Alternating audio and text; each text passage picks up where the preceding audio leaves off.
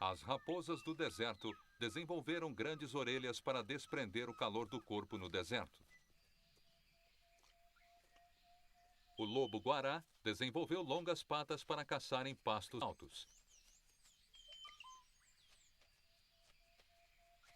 Para se abaixar, para comer e beber, tem que abrir suas patas como uma girafa.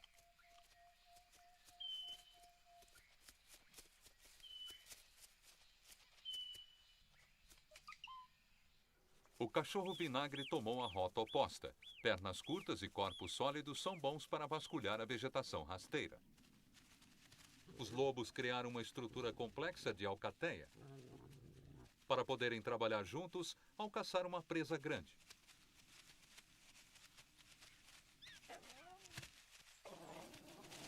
O chacal é muito menos sociável, mas se vira com a personalidade que tem. Um dos traços característicos de muitos cães domésticos e canídeos selvagens é seu vigor extraordinário. Eles são feitos para correr. Nas patas dianteiras, os ossos ulna e rádio são firmemente presos com ligamentos para fazê-los mais rígidos e menos susceptíveis a torções. Os membros de trampolim do cão são leves e fáceis de se impulsionar nos passos longos. Os músculos do peito que ajudam a dirigir as pernas também expandem os pulmões e assim a respiração e a corrida estão precisamente sincronizadas. Uma respiração para o trote, duas para o galope. Este sistema também ajuda a resfriar o cão quando ele ofega. Nenhum cão se compara ao galgo em velocidade. As longas pernas possibilitam que corram a 60 km por hora.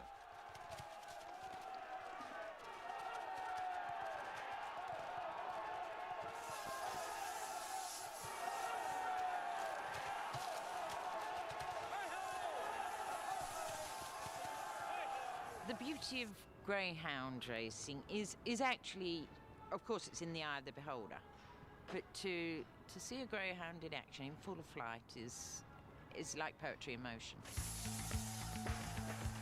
Também tem tórax profundos para acomodar corações e pulmões. Nós os admiramos desde que os egípcios esculpiram sua imagem numa tumba há 5.000 anos. Os cães selvagens africanos usam sua velocidade e vigor para algo mais prático: caçar os mais rápidos antílopes da terra. O bando persegue sua presa a 48 km por hora, durante muitos quilômetros de cada vez. A estrutura dominante da matilha estimula cães subalternos a assumirem a arriscada posição de liderança.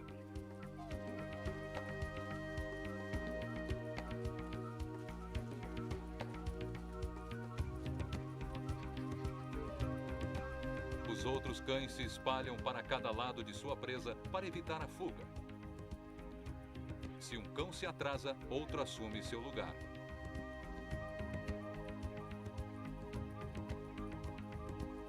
Quando o antílope finalmente se cansa, os cães ainda têm força para correr para a matança.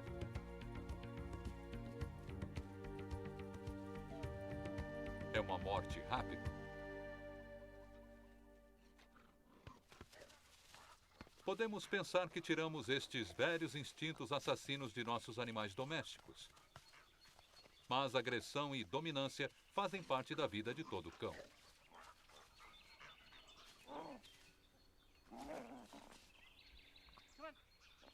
Um pequeno combate e um braço amistoso em cima do outro mostra quem está no comando. O ventre exposto é um modo de dizer: está bem, você é o chefe. Dava para não brigar. Algumas vezes estes sinais sociais parecem ferozes, mas são um modo de evitar violência. Com um rosnado convincente, este chacal dourado solitário pode intimidar todo um bando de chacais de dorso preto. luta de verdade seria suicídio.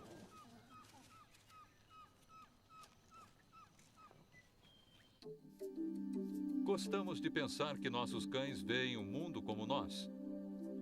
A verdade é que partilham um mundo sensorial de seus parentes selvagens.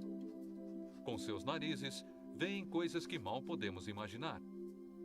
O ar é levado através de um labirinto tortuoso que permite que partículas de odor sejam presas e testadas. O labirinto é coberto de terminações nervosas. O longo focinho do cão pode acomodar 30 vezes mais tecido sensorial do que o nariz humano. As terminações nervosas traduzem partículas de odores em mensagens nervosas e as enviam para o cérebro. Os cães também têm uma área de terminações nervosas especializadas no céu da boca, chamado órgão vomeronasal. Ajuda a detectar e identificar odores sexuais. Os humanos podem criar e treinar cães para se especializarem em certos odores, de minas terrestres a vazamentos de gás, até trufas. Na Itália, estes delicados fungi podem chegar a custar $500 por 1 quilo. Ralados sobre a massa são sublimes. 6,20 per 3, 3 per 0,0, 3 per 2, 6, 6 per 3, 6, 7, 8, per mezzo, metti qui 10.000, fammene in generale. Mas no mundo natural, são irresistíveis, principalmente as porcas.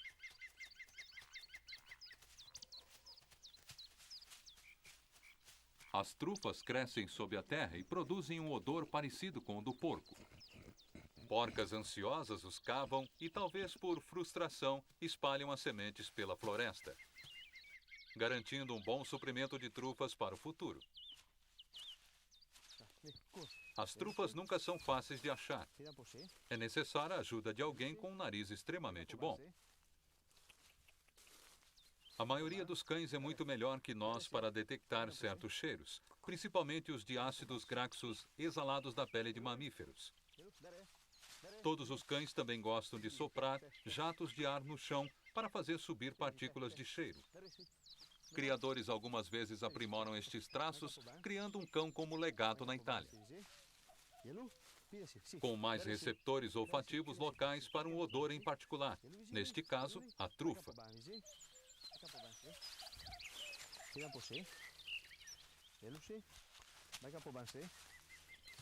Homem e cão trabalham como equipe. A sensibilidade do cão para um cheiro em especial pode ser 1 milhão de vezes maior que o nosso. O homem estimula seu cão com recompensas. Um forte elo de afeto também os mantém trabalhando bem juntos. Foi um bom dia de extração. Graças a um nariz magnífico.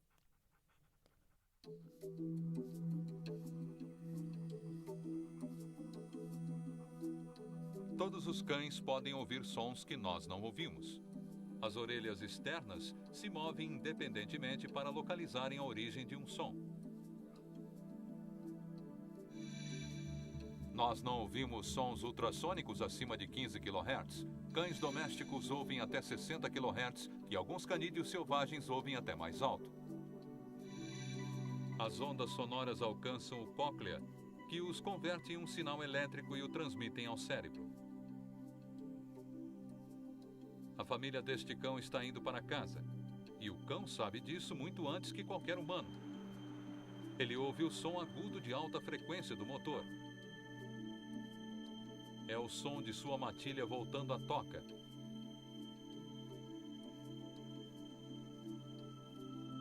Cães podem ouvir sons 4 vezes mais distantes que nós.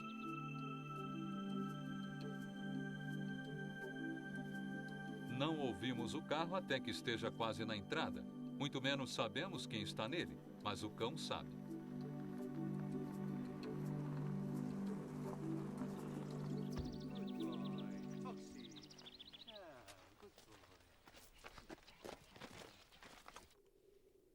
Na natureza, os canídeos usam seu poderoso sentido da audição para rastrear a presa. As orelhas do coiote servem como detectores de direção. Mexer a cabeça de lado a lado ajuda a localizar a presa. Tem um rato aqui por perto. Um pulo no tempo certo e um erro. A neve grossa amortece o som de algo se arrastando, mas há um pequeno roedor por aqui em algum lugar.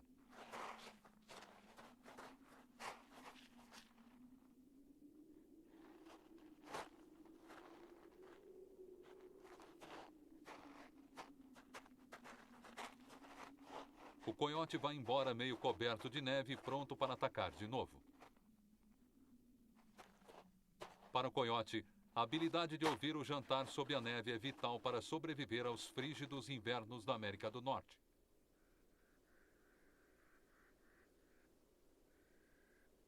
As maiores orelhas do mundo dos cachorros são os da raposa orelha de morcego.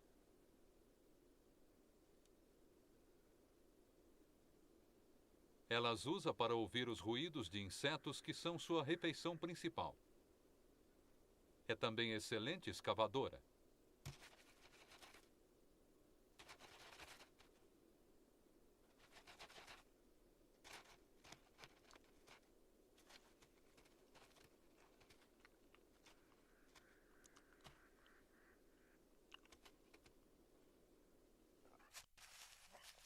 Nossos cães domésticos às vezes usam sua audição aguda da mesma forma para caçar pequenos mamíferos na grama.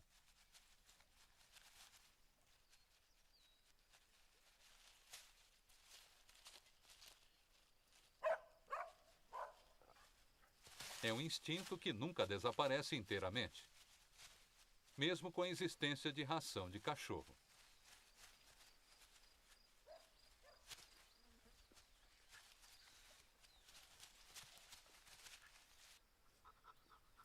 O sentido da visão do cachorro também é diferente do nosso. Pelo fato de seus olhos estarem dos lados da cabeça, ele tem um campo de visão muito maior. Nosso alcance é de cerca de 180 graus. Um cachorro de cara chata tem cerca de 249 graus. Um labrador, 250. E o galgo, com incríveis 270 graus. Os cães têm uma visão de cores limitada e perdem distinções sutis que nós vemos facilmente. Falta-lhes o receptor da cor verde e só vêm azuis e vermelhos. Mas nossos cães têm uma visão noturna melhor que a nossa. Funciona assim. A luz passa pelas lentes, atingindo a retina, onde os receptores leem o sinal, como nos humanos. Mas a luz também chega à superfície refletiva, que a manda para outros receptores, amplificando os sinais. Esta superfície refletiva é a razão dos olhos do cão brilharem à noite.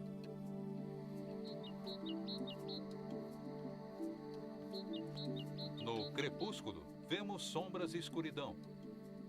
Mas nossos cães veem isso.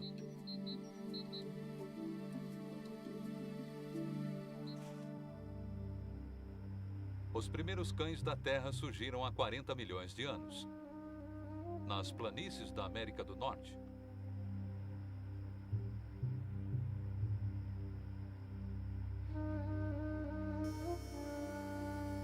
O único traço dos primeiros cães está em forma de fósseis incrustados na rocha. Os paleontólogos usam pequenas furadeiras e palitos para revelar os segredos destes caninos antigos.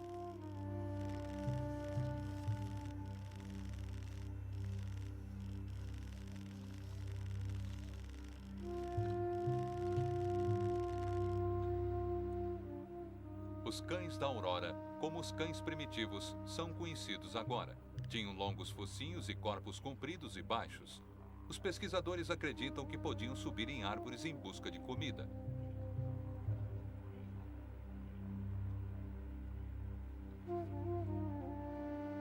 Os cães da Aurora tinham uma forma primitiva de dentes tesoura carnívoros, para despedaçarem pedaços de carne de uma carcaça.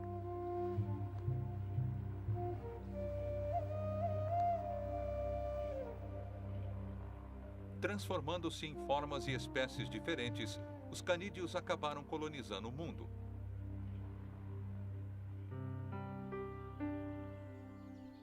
Uma criatura que se parece com os cães da aurora ainda vive na Eurásia. Chama-se cão raccoon. Cães raccoons vivem em pares e produzem uma das maiores ninhadas de todos os cães selvagens, até 12 filhotes. O macho ajuda a cuidar deles. Entre seus traços incomuns, os cães raccoon hibernam no inverno. Em 5 semanas, os filhotes já estão independentes do leite da mãe e vão em busca de insetos e cerejas para comer.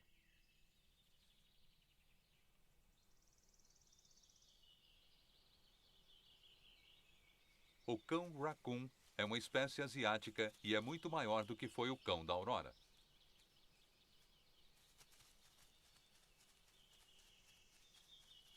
Então, como cães da aurora produziram as raças e espécies variadas que chamamos de cães?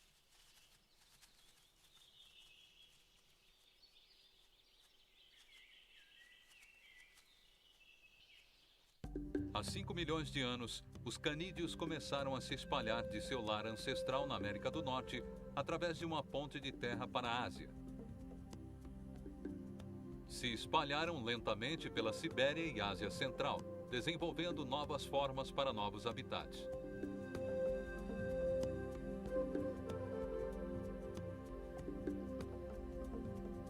De seu habitat original nos pastos, eles se adaptaram aos novos territórios frígidos do norte.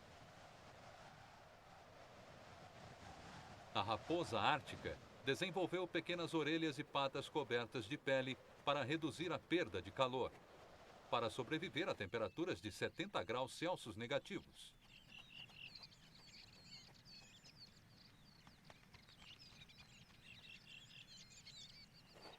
Tempo mais quente traz a perspectiva tentadora das aves.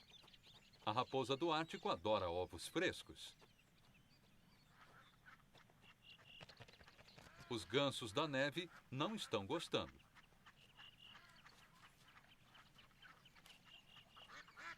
Ser uma raposa no galinheiro é um piquenique comparado a isso. Esta raposa ártica tem que ser corajosa e humilde para sobreviver nesta paisagem gelada. O inverno chega depressa. Com a escassez de outras comidas, a raposa revira os dejetos do litoral.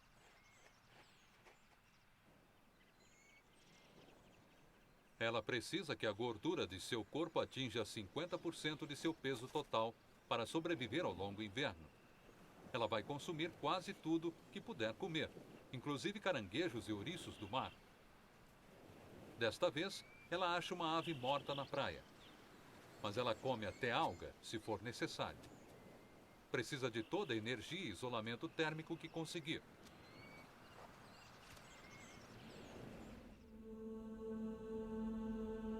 Os humanos criaram cães domésticos para trabalhar nas mesmas condições extremas. O cão e o homem contam um com o outro para a sobrevivência. Esses cães trabalhadores Husky são corredores de longa distância. Correm firmes a 16 km por hora. Eles absorvem o oxigênio 2 vezes mais rápido que um grande atleta olímpico.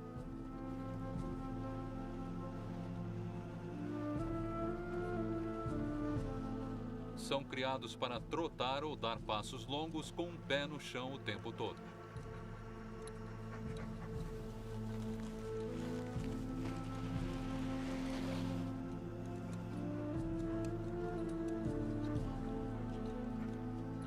Idealmente, o grupo todo se move em sincronia. Cada par, uma imagem de espelho. Diferente de outros cães, eles não suam pelas patas. Isso os faria grudar no gelo. Eles têm mais glóbulos vermelhos que nós e corações maiores para manter seus músculos com um estoque de oxigênio.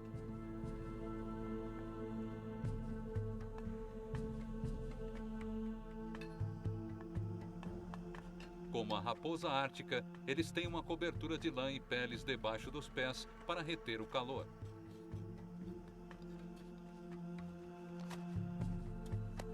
No alto verão da ilha Baffin, no Canadá, o sol brilha 24 horas por dia.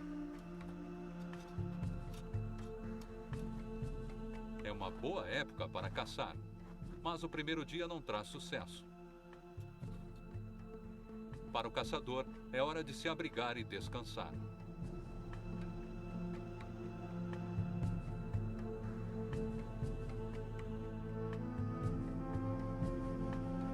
Os cães descansam, mas nada de abrigo. Com seus pelos grossos, podem dormir confortavelmente mesmo no gelo.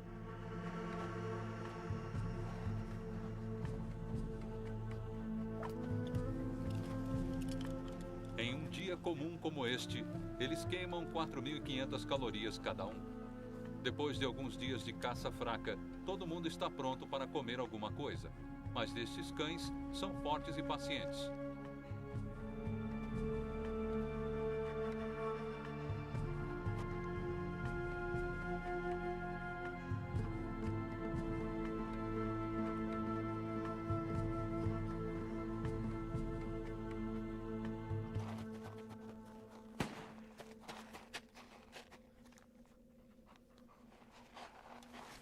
Uma foca vai manter o homem e os cães em pé por um dia ou dois.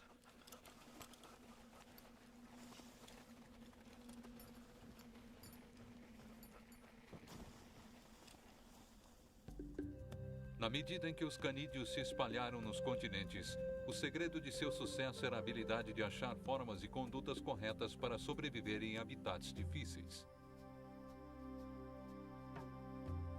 5 milhões de anos atrás, o clima tornou-se mais seco e novos desertos se formaram.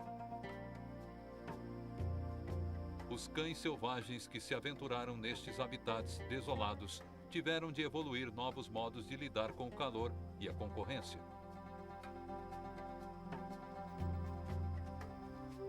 A rara e esquiva raposa Blanford é um dos menores cães selvagens de todos. Elas tiram seu magro sustento das áridas áreas que vão do Afeganistão até a Arábia.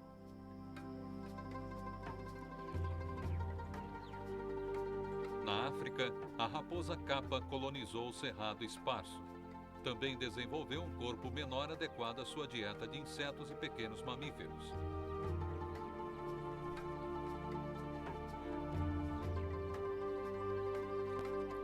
A fêmea cria os filhotes.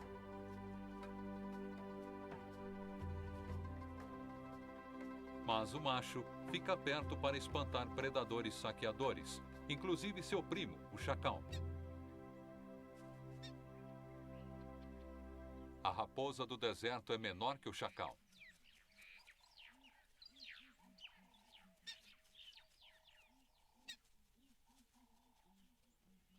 Mas uma exibição sincera de agressão convence o chacal a deixar os filhotes em paz.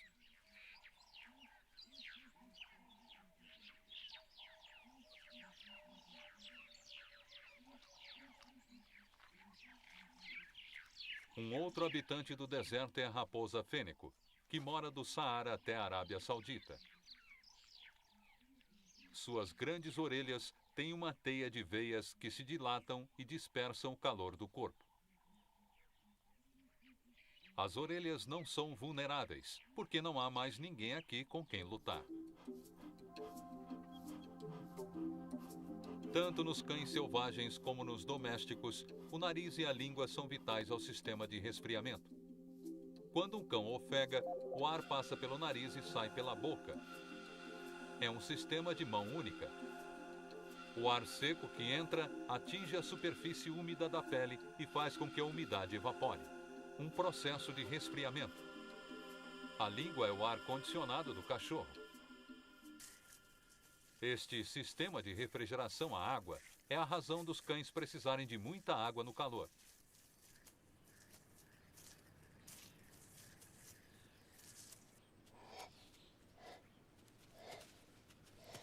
Nos bulldogs, a criação encurtou o crânio e compactou as passagens de ar, não havendo capacidade de resfriamento suficiente.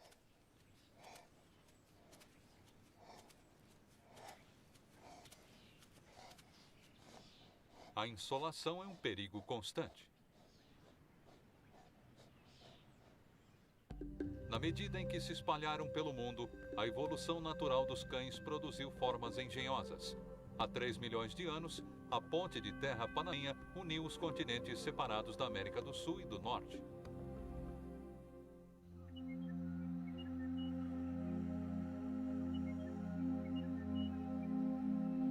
Os cães selvagens rapidamente mudaram para o sul e mudaram de forma para se adaptar aos novos habitats. Também acharam novas presas.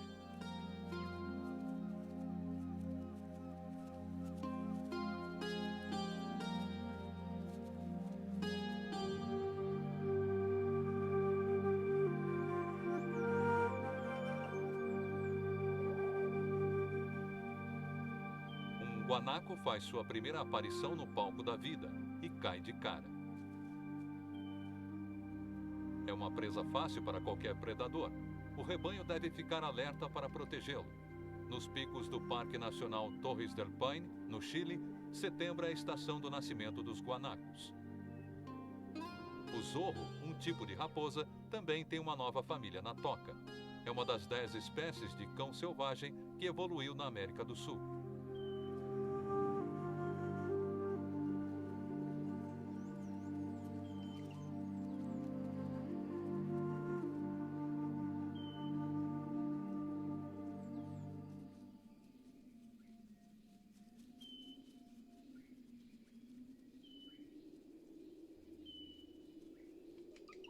Uma ave tenta distrair a raposa, mas a raposa a ignora e rouba um ovo.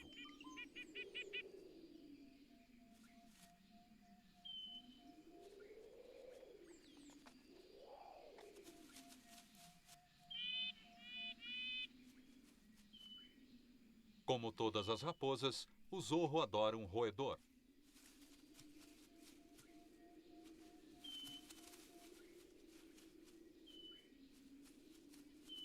Esta mãe passa boa parte do dia procurando comida para levar aos filhotes. Ela é uma oportunista, caçando ou recolhendo qualquer coisa comestível.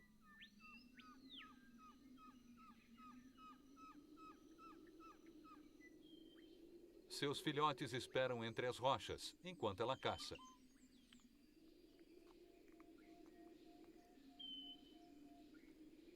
Outra espécie canídea, o cupel, mora por perto, mas tende a ficar mais em cima nas montanhas. Dividir o habitat é um meio de evitar concorrência.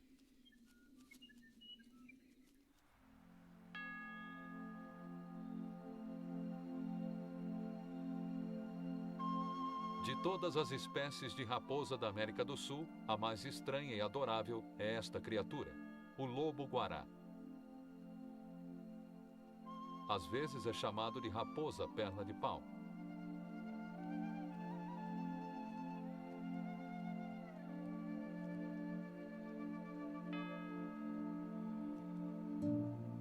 Tendem a ser arredios com as pessoas, e as pessoas são supersticiosas em relação a eles.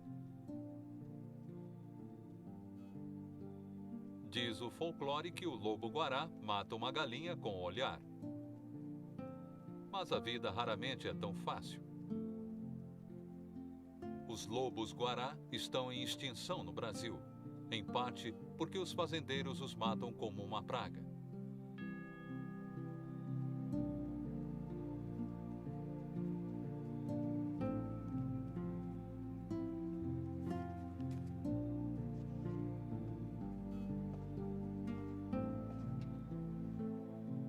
Mas aqui, no monastério Santuário do Curaco, os monges alimentam os lobos-guará. É um velho ritual, por restos de comida para predadores famintos.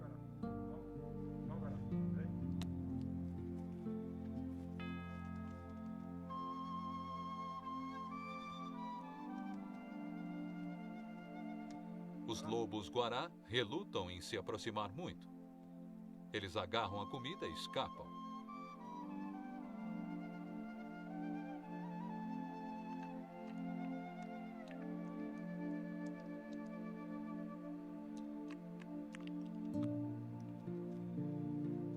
Mas no monastério, eles estão a salvo. E nenhuma raposa pode resistir a uma coisa dessas para sempre.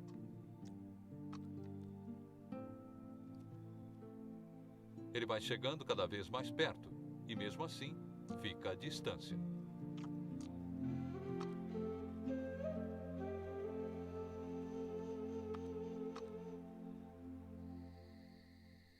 outro lado do oceano, em Oxford, Inglaterra, a família Kimbers também tentou criar uma ponte na torturante divisão que existe entre os humanos e os canídeos selvagens. Eles esperam a raposa vermelha, que visita seu jardim toda noite.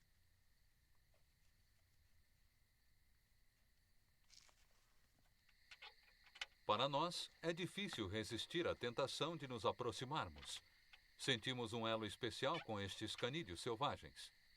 A raposa vermelha pode parecer a espécie perfeita para ser domesticada. É inteligente e altamente adaptável, e já vive em nossas cidades. Mas a domesticação nunca foi tão simples.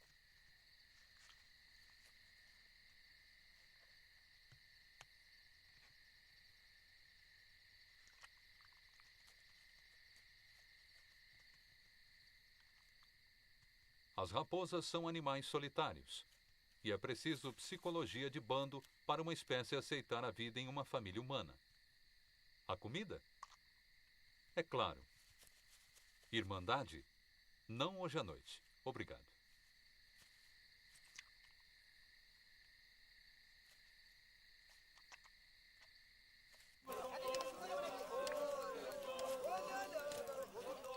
Humanos e canídeos selvagens vivem juntos há mais tempo na África.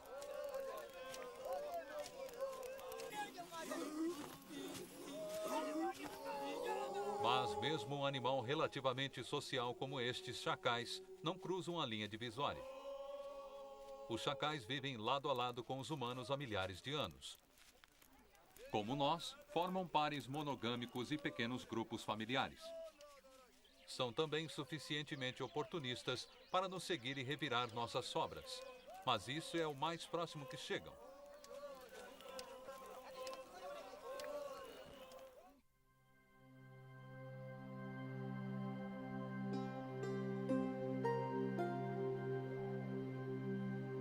A domesticação de canídeos aparentemente só aconteceu uma vez, em algum lugar no hemisfério norte. Alcateias de lobos e bandos de humanos dividiam as terras de caça e aprenderam rápido a aproveitar um do outro. Como os humanos, os lobos são caçadores sociais e têm hierarquias complexas dentro do grupo. Ambas as espécies usaram estes traços para caçar cooperativamente e abater presas grandes.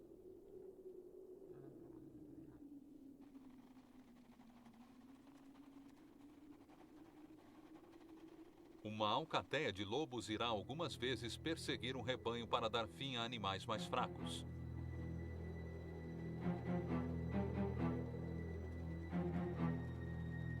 Os lobos algumas vezes caçam em revezamento e se espalham para evitar que sua presa escape. Depois de uns poucos minutos, os lobos ou desistem ou rapidamente cercam sua vítima.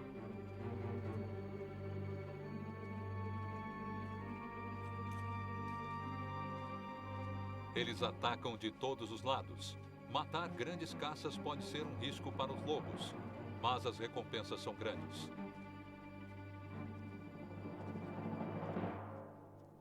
Em torno da carcaça, os lobos comunicam-se usando sinais vocais complexos e linguagem corporal. A hierarquia social dita que lobos dominantes comam antes.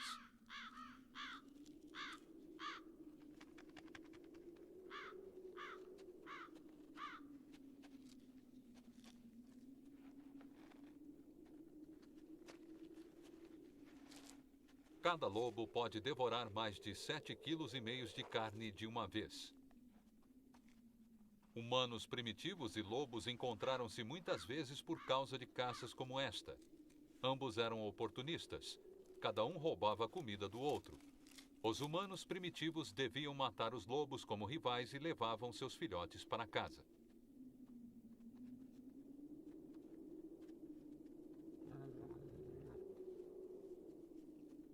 Alguns destes filhotes responderam a algo terrivelmente familiar sobre o bando humano.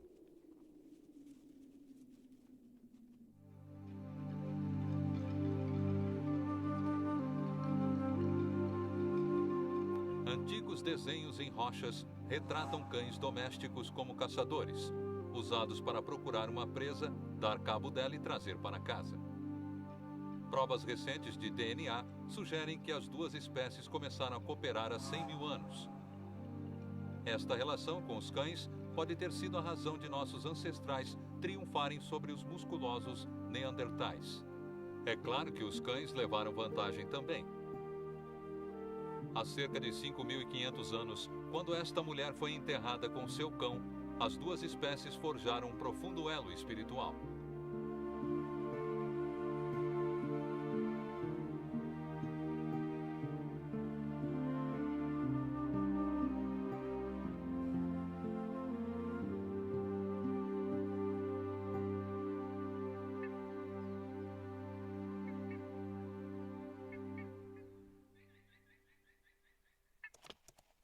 E até agora, o ancestral selvagem do cão é ainda perseguido por caçadores como este. Belarus é uma sociedade tradicional de fazendas, e as pessoas aqui consideram os lobos uma ameaça a seu rebanho. Os lobos são os mamíferos terrestres mais bem distribuídos da Terra. Habitando a maior parte do hemisfério norte, nós os exterminamos em grande parte do seu domínio, mas aqui em Belarus, os lobos e nosso velho medo deles persiste.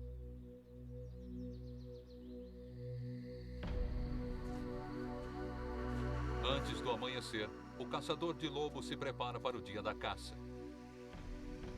Ele consegue uma soma em dinheiro para cada pele que traz de volta.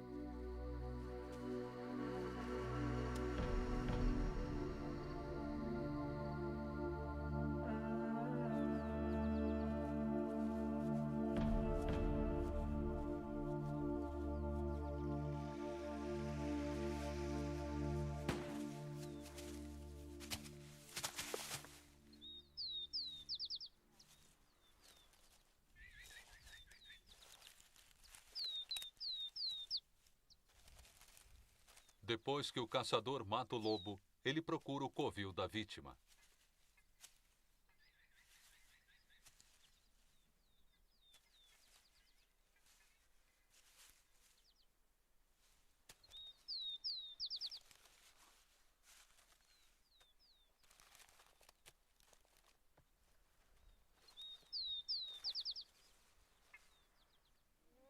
Mesmo para um caçador de lobos, o aspecto indefeso e infantil dos filhotes são difíceis de resistir.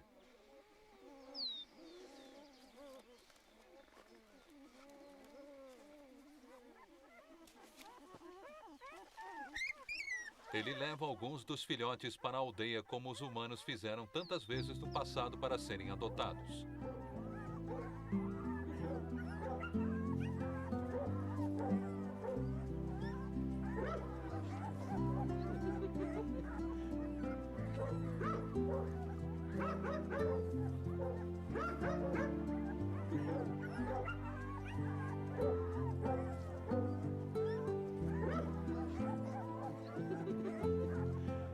Mesmo agora, o mapeamento genético dos lobos e dos cães diferem de cerca de 1%.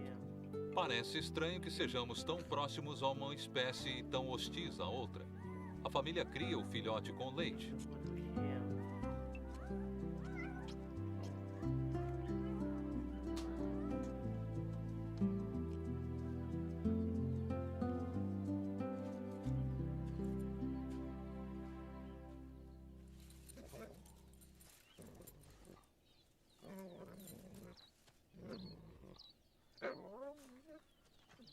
Um cão doméstico sabe a diferença e se esconde de medo do lobo.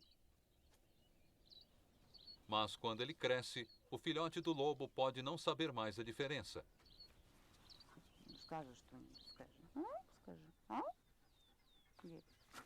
Ele vai aceitar os humanos como sua alcateia, como os antigos filhotes de lobo aceitaram a domesticação tempos atrás. E deste pequeno milagre obtemos o Lhasa Apso. Bem, talvez mais que Lhasa Apsus.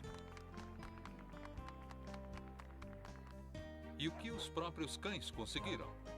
Fora o ocasional par de sapatinhos e um belo lenço. Pensem deste modo.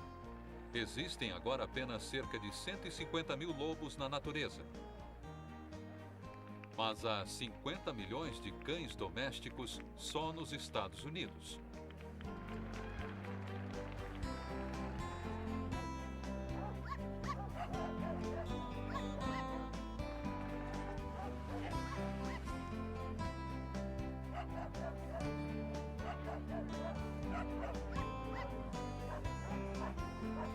Então, o filhote de lobo que se instalou com uma família humana há milhares de anos deu um passo brilhante na sua carreira. E nós também.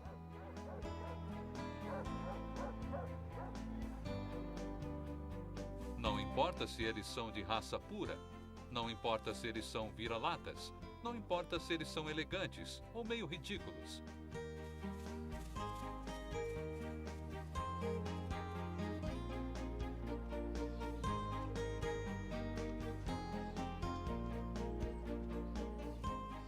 Quando olhamos para nossos cães, sabemos, com certeza, que encontramos um amigo.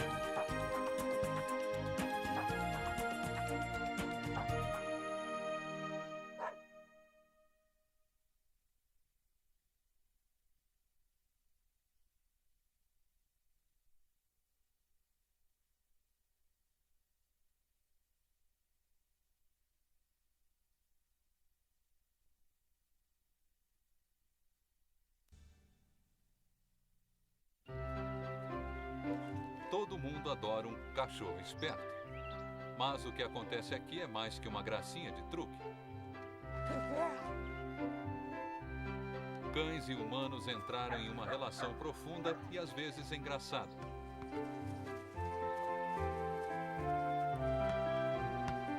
Como todos os bons relacionamentos, este é construído não pela obediência, mas por respeito e afeição. Não se trata deles aprenderem a pensar como nós. Trata-se de nós aprendermos a falar a linguagem dos cães.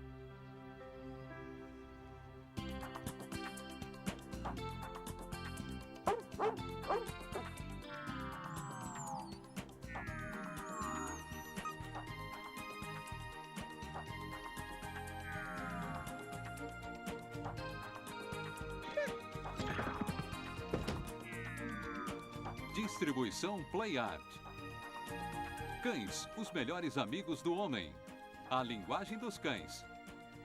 Versão brasileira Dubla Vídeo São Paulo. Onde quer que se viva, a relação entre cães e humanos pode parecer simples. Nós comandamos e eles seguem.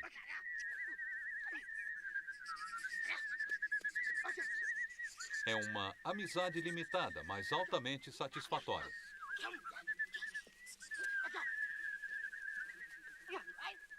Nós andamos juntos há mais de 100 mil anos. Mas, de vez em quando, tanto os cães quanto os humanos devem acordar e se perguntar: quem são estas criaturas? E como é que a gente foi acabar vivendo junto? Na verdade, temos muito em comum. Os cachorros são animais sociais e cuidar da aparência faz parte de seu comportamento natural. Nossa versão de boa aparência pode parecer meio estranha, mas talvez os cães gostem de uma boa piada tanto quanto nós. Raramente pensamos no que acontece na cabeça deles, até alguma coisa dar errado. Hospital Veterinário de Litchfield Hills.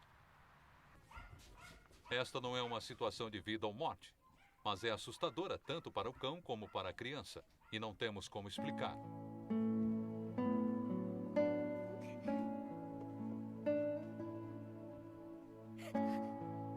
Então, por que os cães confiam em nós tão completamente? O que nos aproxima como esta conexão emocional tão poderosa?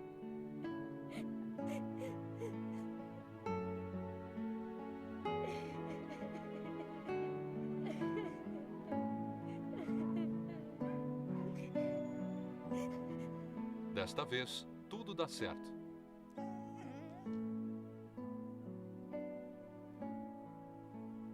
Mas é de se imaginar, se os cães falassem, o que eles nos diriam? One of the most important parts of puppy class is teaching you how to teach your dog.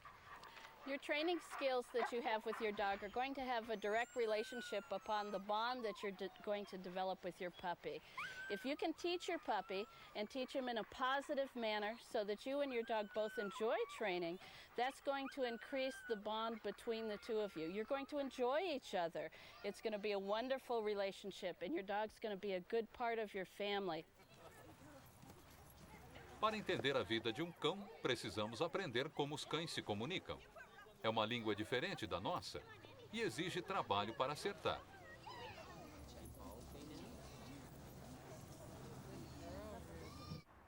Ler o ângulo das orelhas pode ser difícil para nós, mas faz parte do vocabulário deles. A dona deste cão acaba de voltar para casa e eles se cumprimentam com uma sutil troca de sinais. Hey, I'm home. Asha, sweetheart.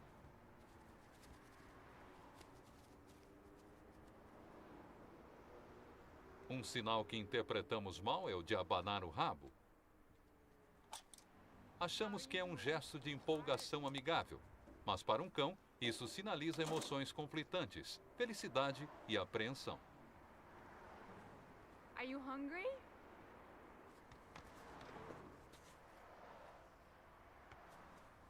Eles também leem os nossos sinais.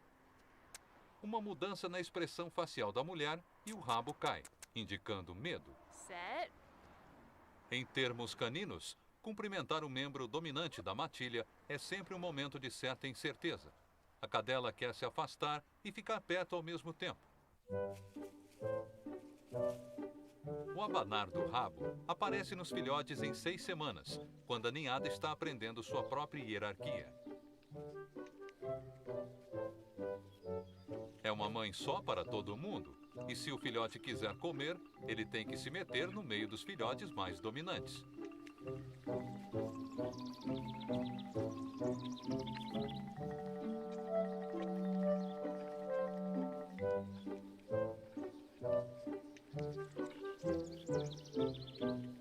Os sentimentos confusos de fome e medo provocam a primeira e hesitante abanação de rabo.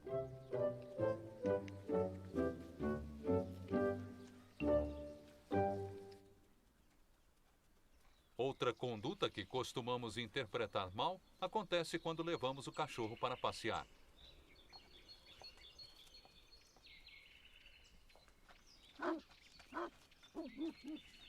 Não é que os cães sejam naturalmente hostis entre si, mas a guia impede que se socializem e que troquem sinais normalmente.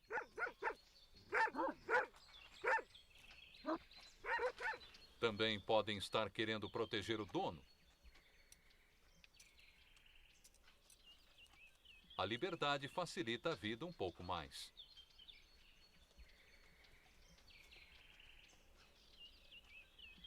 As formalidades nos cumprimentos podem nos parecer rudes, mas são um modo do cão dizer, e aí? A linguagem dos cães está enraizada na biologia de quase todos os canídeos selvagens. Uma das mais sofisticadas sociedades de cães pertence ao cão selvagem da África.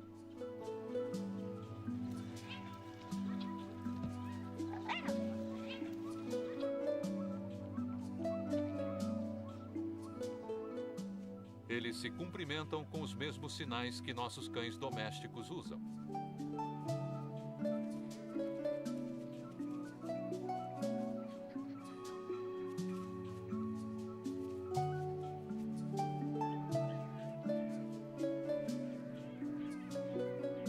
Então, a matilha sai para jantar. Eles caçam em grupo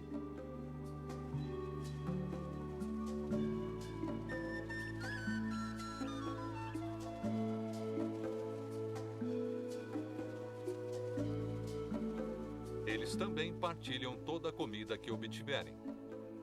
É uma sociedade matriarcal e só a fêmea dominante reproduz. Mas os outros adultos ajudam a criar os jovens. Quando voltam da caçada, os filhotes se aglomeram, suplicando por comida.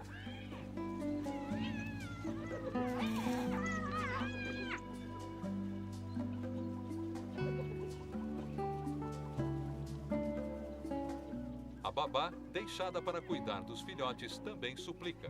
E os cães caçadores regurgitam para dar a todos um pouco de sua refeição. Para nós pode parecer nojento. Para eles é um ato natural de devoção altruísta à família. É fácil assim interpretar mal a conduta dos cães. Algumas vezes com consequências terríveis. Os humanos consideram o cão selvagem africano um demônio e levaram estas gentis criaturas para perto da extinção. Numa alcateia de lobos, cada indivíduo sabe sua patente, com um macho dominante no topo. Pode parecer que estão andando em círculos assim por acaso, mas estão usando um complicado sistema de comunicação para lembrar um ao outro de quem é quem.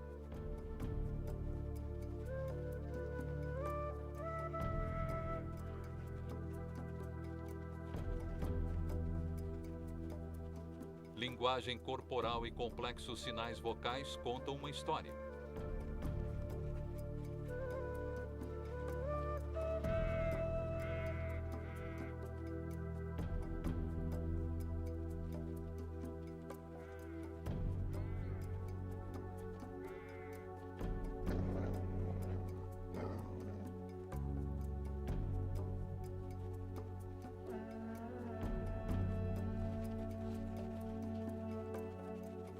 Orelhas para baixo significam sou submisso.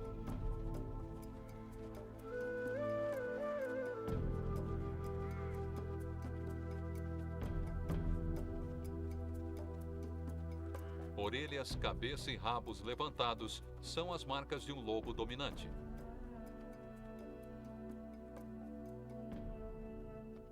Nossos cães domésticos falam desta mesma linguagem conosco. Também falam uma outra língua que nós humanos preferimos dispensar, a linguagem do cheiro. Cada cão tem um odor pessoal, transmitido principalmente por suas glândulas anais. Um abanar vigoroso de rabo aperta as glândulas e dispersa o cheiro, como se estivesse borrifando amostras diferentes de perfumes no ar. Quando vemos um cão arranhando o chão, imaginamos que ele esteja tentando cobrir suas fezes. Ao contrário, ele está usando as glândulas de suor entre os dedos das patas para adicionar sua marca distintiva.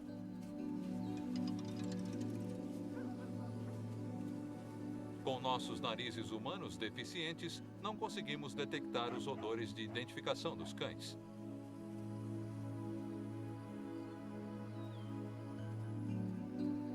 Mas eles podem detectar muito mais que uma mera identidade.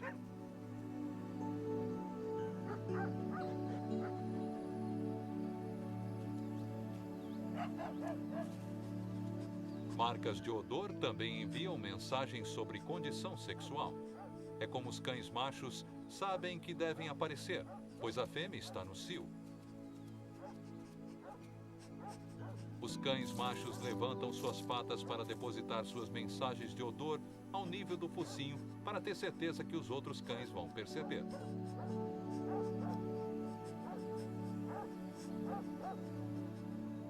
Um cão farejando a vizinhança identifica Mac, Annie, Daphne e Pete, todos através desses cartões de visita químicos.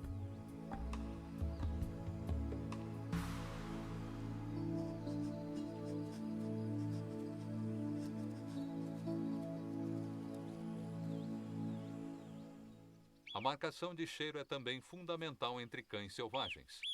Cães do mato fazem seu lar ao longo dos rios da bacia amazônica.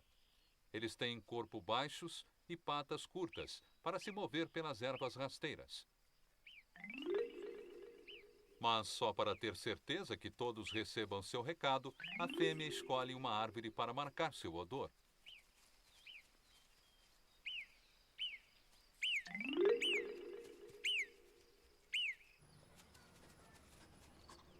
Entender como os cães se comunicam ajuda tanto a nós quanto a eles a reconhecer a diferença entre um jogo e uma briga.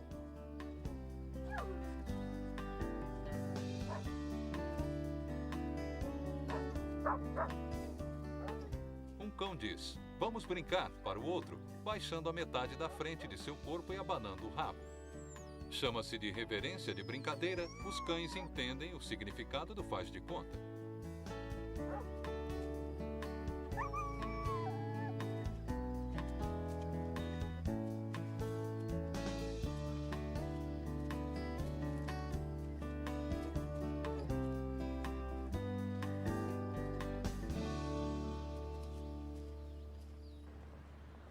O latido é o modo mais familiar deles se comunicarem e o menos compreendido.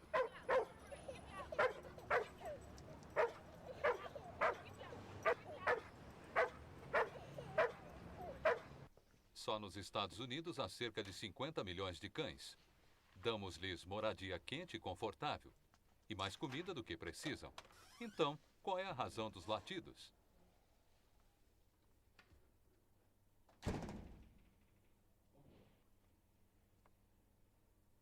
Na natureza, os lobos uivam para se manter em contato e sincronizar o movimento da alcateia quando estão separados. Um cão pode uivar mais ou menos do mesmo modo quando sua matilha humana o deixa sozinho em casa. O uivo é um sinal de contato, um modo de dizer, onde está você? Vamos nos encontrar?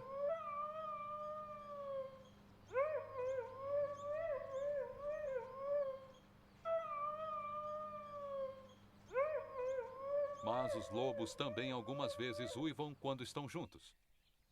Vernon Frond cuida de uma alcateia domesticada e começa a cantoria.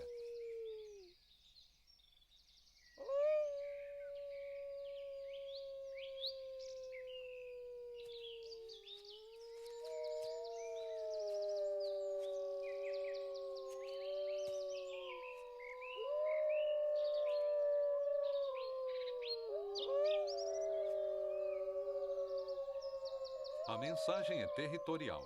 Estamos todos aqui juntos.